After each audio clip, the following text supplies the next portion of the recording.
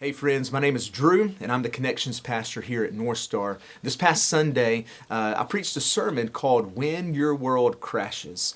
And there were two things that I wanted to get across. One is, what is the best way to respond when your world crashes? But number two, oftentimes we have people, loved ones that are going through crashes, and how can we help them when their world crashes? So I thought it'd be great to invite my two friends here, Kathy Murphy. She is over Pastoral Care here at NorthStar, and then also Valerie Johnson. She is with Atlanta Wellness Collective. And I wanted to ask them some questions because they deal with this topic of grief and some other things quite often, probably a whole lot more than I do. And so the main point of today in this video is to be able to give resources about how we can help you if you're going through something, or maybe how you can help someone who's going through some grief or trauma as well. So, ladies, Kathy, I'm going to start with you. Okay. And so one of the questions I have for you is this: what resources does NorthStar have to help people that are dealing with grief? Grief. Okay. So we've got all kinds of resources, Drew. We've got pastoral counseling, which is a free, confidential resource for anybody who's going through a hard time. It might be a divorce, a grief, or just anxiety, anything that you're dealing with. There's a form on our website under care and prayer and care. It's under prayer and care. You can fill out a form. We get you connected to a pastor that you can just talk to. It's a free service that we offer. We've got Grief Share, which is coming up in the fall. We'll have a group's information coming up in August where you can sign up for a small group. Small groups are a great way to deal with anything that you're going through. If you've got, sometimes people have lost a child. We've got a group with mothers who have lost children. We've got Grief Share. We've got all kinds of small groups. We've got people that you can talk to. I would say the first thing to do is just let us know. If you're going through something, whether it's a divorce, a loss, any kind of anxiety, anything that you're going through, let us know, because we've got people. We've got people who have gone through, all kinds of things that you can't imagine. And Mike always says, God never wastes your pain. And that is so true. And I can't tell you the situations that seem like there can't be anybody else that has gone through this, but I'm telling you there is. And the worst thing that you can do is isolate. And I think that when you're going through grief, especially grief, it's a tough thing. Like I lost my dad suddenly, and I thought, you want to go back and like relive and it's almost like a regret thing, and you go, gosh, I wish I could have done things differently, and you kind of get in your own feelings. And I think the best thing that you can do is get out and talk to somebody about it, or serve others. I think the best thing that you can do is get out, be around people, and do something. I think the very best thing is to do something in honor of the person that you lost. And that is, serving other people. We've got ways to serve the community. If you do something and think, you know what, my dad really liked to get out and be around kids, or serve children, serve people with special needs. I started doing that when I lost my mom, because that's something she and I did together. Yeah. And I started doing that with my children when I lost my mother, and now that's what they do for their jobs. It's like it's such a blessing to do something in honor of your loved ones. So I would say just absolutely let us know. We've got all kinds of resources, but I think the best thing is to connect. Like you said, you had dinner with someone who had gone through miscarriage. I can connect you with someone if you've lost a spouse or lost a child. We've got people who have lost a child who might be 10 years down the road. And that's not something you ever recover from or get over, but it does get better. And I think it helps to talk to somebody who's walked through that kind of grief, and talk to that person, and they can tell you, you know what, I get it. I know what you're going through. I've felt that pain, and it gets better, and I've been there. So we can connect you with those people who have walked that journey with you, the same kind of pain that you're walking through. So I would say, just number one, let us know what you're going through, and we can help you with that. So the second question I have for you, Kathy, is I know that we partner with many organizations, Christian counseling organizations or other counseling organizations in the area. What are some of those organizations? Well, Atlanta Wellness Collective is one. We've got Mind and Body Christian Health Group. We've got Broken Chains. We've got Tap Tapestry Counseling. And we've got several individual counselors that are in the area that are Christian counselors that can help walk you through your pain and help you see that God is in it with you too. So that's important to know, that God is always with you. You're never alone, even though you feel like you're by yourself. You never are by yourself. So I'm sure Valerie can help you, with that as well. But that's important, I think, to have Christian counseling, because they just help you see God in the picture with you. And Mike always says God never wastes our pain. And it is so true, because we've got, we're proof of that, all of us, I think, when we walk through something like this. Yeah, so the biggest thing I would say, take away from what Kathy said, is connect with us. Go to our webpage, northstarchurch.org, and there's a link on there, Care and Support. Care and Support. Care and Support, and you click on that, and it will connect you with us. So, Valerie, let me ask you a couple of questions. Yeah. When people experience a traumatic event in their life, it may be the loss of someone, it may be the loss of a job, it may be something else that's going on. What are the natural responses that people can expect to experience after a traumatic event in their life? Yeah, that's a good question. So we know of the stages of grief. There's a couple different stages. The first one being denial. And so that's acting as if the crash had never happened. And so this might look like, holding on to loved ones' belongings, or continuing on with life after maybe a health diagnosis in a way where it's not suiting you anymore. Yeah. And so kind of just trying to go on with life as if nothing had ever happened.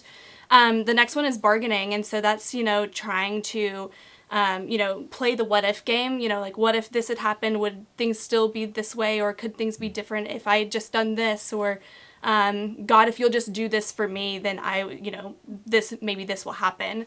And so just trying to find alternate solutions. The next one is anger. And so that can look at, being angry at your loved ones or yourself or even God for the circumstances that you're facing. And then the next one is depression, which is most commonly associated with grief. And so, that looks like just, those feelings of depression, and they're weighty and it makes you feel isolated. And so that's what that looks like. And then finally we have acceptance, and that's where you're able to just really take that next step forward and just continue on with life. And what's interesting is that, these stages don't have to go in that order. You can experience all of them. You can experience a few. And then also after feel like you've reached acceptance, it doesn't mean that you can't go back and revisit anger or depression or something like that.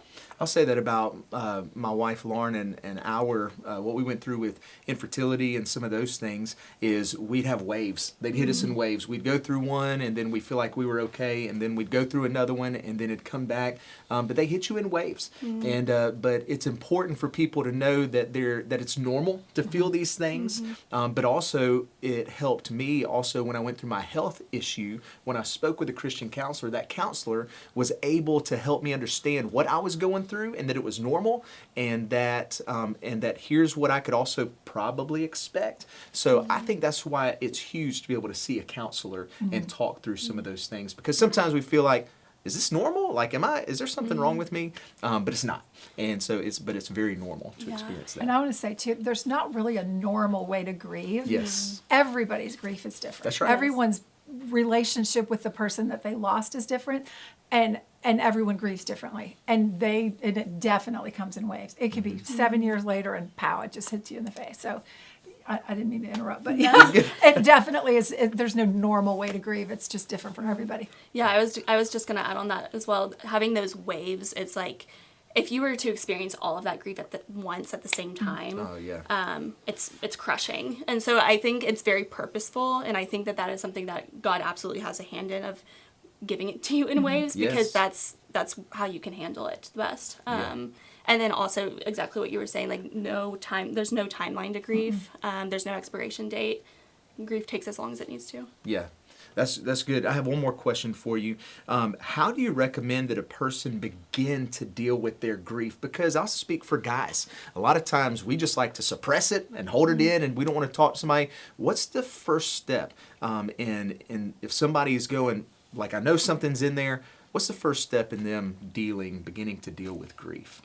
That's a really good question. I think it definitely depends on the person. Yeah. Sometimes you need to have that internal process of looking inward and trying to evaluate, but reaching out for help is always a really, really good step.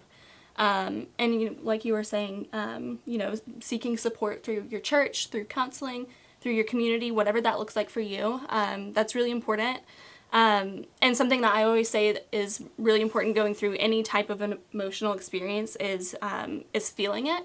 As much as we don't want to and we want to avoid it, but feeling what we're experiencing is actually what helps us move through and essentially out of it. Yeah. That's good. I agree. I think I'm a crier, so I could feel, you can feel like I'm going to need a cry day. So I would just have to have a cry day. Like I would just go home and cry. But my brother, my father lived at his house, it would spend the night there, and my dad died in a car accident. So my poor brother had to go see the car. He had a lot of trauma. So my brother said, he said I would, and it's harder for guys. It is just harder for guys. He said I would feel something that was gonna be hard, and he said I would have to just go to that feeling and feel it. And he said I just felt it all the way through, and I would cry like a baby. He's like, I cried like a little girl, but he's like, I got the feelings out. And I think you have to get those feelings out, or they just come out in another way. Yeah. And it's hard for a guy to do that. And I've never heard my brother cry, and I still haven't. He did it by himself. I don't know if he took a drive or what, but you've got to get those feelings out, or they're going to come out some other way. But I think too, it helps when you think of the positive things. I think when people hold on to their grief, they're thinking about what they lost. And it helps so much if you think about what you had. If you think back to the person and you find yourself getting so sad, it's because you're thinking about what you lost and what you didn't have. When you switch your thinking and you think what you did have with them, what a blessing they were, how many happy memories you had, focus on those. That helps you so much. And I think that helps you get through the bad times. And I often think, like, God can do anything. He could say, Kathy, you know what? You're hurting so much, like you're missing your mom so much. I'm just going to wipe away all the memories of her because, no, I'm going to cry, because it hurts too much. Yeah. I don't want that. Yeah. Like, grief is part of loving somebody. So he lets us have that grief. And like you said, he lets us have it in little bits because it's too much to grieve all at once. And it's been 13 years since I lost my mom, and I still miss her. But it's because I had her and I loved her. And it's a blessing. Grief is a blessing because it means you had something that you loved so much. So you think about it like that. It's a beautiful thing to grieve and lose somebody. I mean, that sounds really weird unless you've been through it. Yeah. And it's just part of loving somebody. So when you can think about, I grieve because I had the most wonderful mom ever. It's a wonderful thing. So when you can think about what you had instead of what you lost, I think that's the key.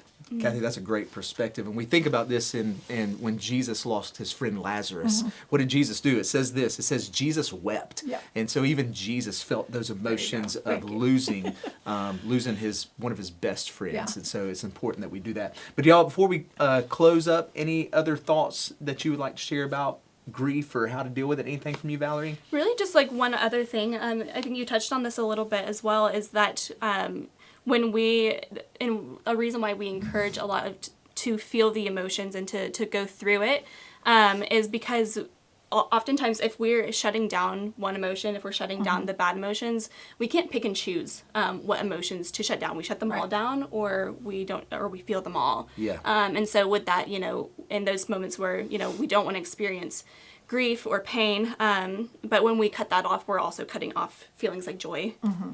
Right. Well, ladies, thank you so much for taking time to share this. We hope that this has been helpful for you. Reach out to somebody, whether it's NorthStar, whether it's Atlanta Wellness Collective, or somebody else that you know. Reach out to somebody. Take that first step. But I also want to tell you this. If you don't have a church home and you're looking for one, we would love for you to check us out here at NorthStar. We meet every Sunday at 8:50, 10:10, and 11:30. You can go to our website to find out more about us at northstarchurch.org. But we hope this has been helpful, and we hope that you find your way to recovery through your grief. Thanks for joining us. Thank you.